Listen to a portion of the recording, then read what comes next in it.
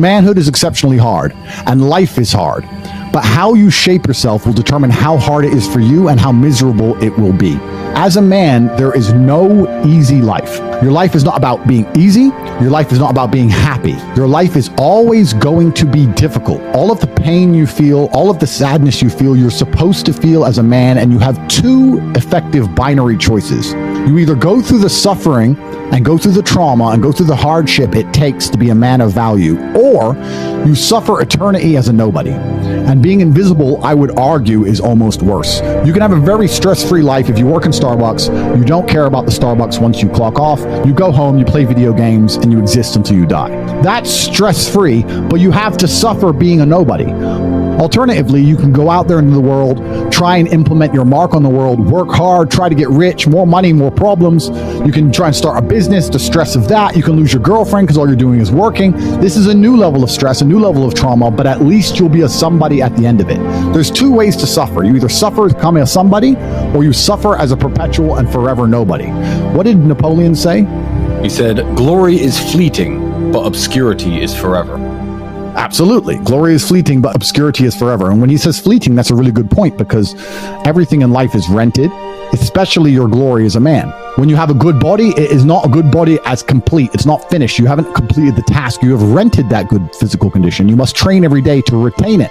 Everything is rented. Your body, you don't just get a good body and you're done. You still have to go to the gym every day to maintain that good body. You don't just get a hot girl and it's done. You still have to work hard for her to always love you and respect you. You don't just start a business and now you're rich. No, you have to start a business and work on that business every day. If you take your eye off the business, it will fail. Everything in life is rented. So when he says glory is fleeting, he's also absolutely not correct, because glory is fleeting and you have to constantly and endlessly work for it and make sure that you never stop. Otherwise, it will be taken from you. But obscurity is forever. If you never make a mark on the world, then you effectively never existed. And when you're gone, nobody will care. The reason our Father is discussed at length is because of who me and Tristan are, and the reason we will be discussed forever is because who our sons will become. And that's very important, because you have a duty to your ancestors and you have a duty to God. So you must make a choice. And this is a genuine choice for you people at home. Do you want to live in obscurity forever and be invisible and not matter and have an easier life?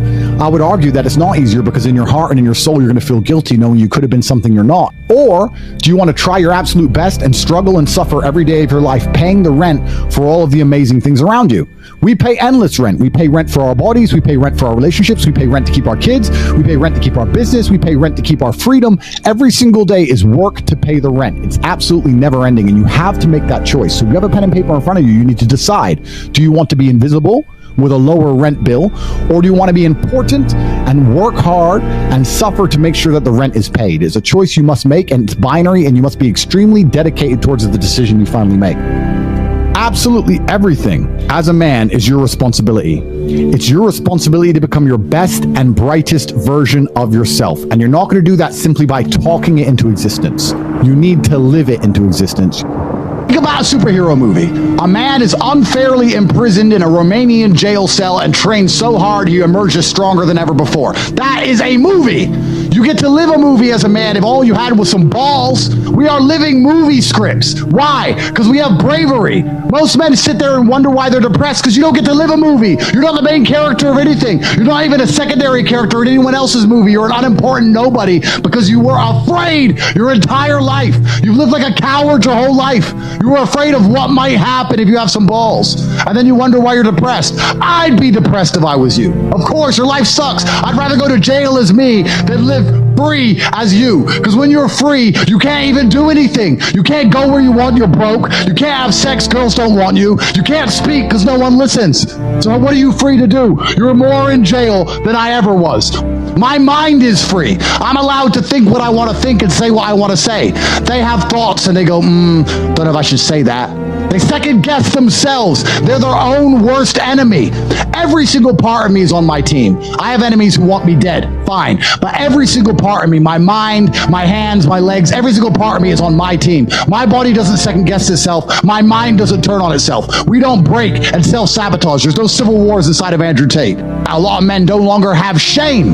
You have no shame left. You should be too ashamed to be a coward. You should be too ashamed to do the wrong thing. Where's your shame? Well, we destroy that, right? We destroy that even in schools with men and stuff. I'll tell you something. My brother can shame me into doing something. He can shame me. He can call me a pussy or a coward, and I'll stand up and say, no, I'm not, and I'll do the brave thing. Shame works for men sometimes. I say to men all the time, men come to me and say, I can't get a girlfriend. I say, it's because you're a loser. You are a loser. Change that fact. Come to me and prove to me you're not a loser. I will shame him, and he will react to it, and his life will improve. But now we have men with no shame. They'll walk around with no shame at all, and then we wonder why we have a whole bunch of cowards. Cowardice is always the easy choice, but you should feel too much shame to take it. That's the problem. It's the path of man, it's the path of victory, and it's the only path to truce. It's the only path to genuine happiness in your heart. There's one path. There's one. There is one path to happiness, and that is masculine strength, and that is eating pain for breakfast and becoming a better person. The flavor of life is pain. You try to change the flavor, you're going to end up disappointed, you're going to end up weak, you're going to end up miserable. Accept the flavor and learn to love it. That's the only path to genuine competence and happiness within yourself as a man.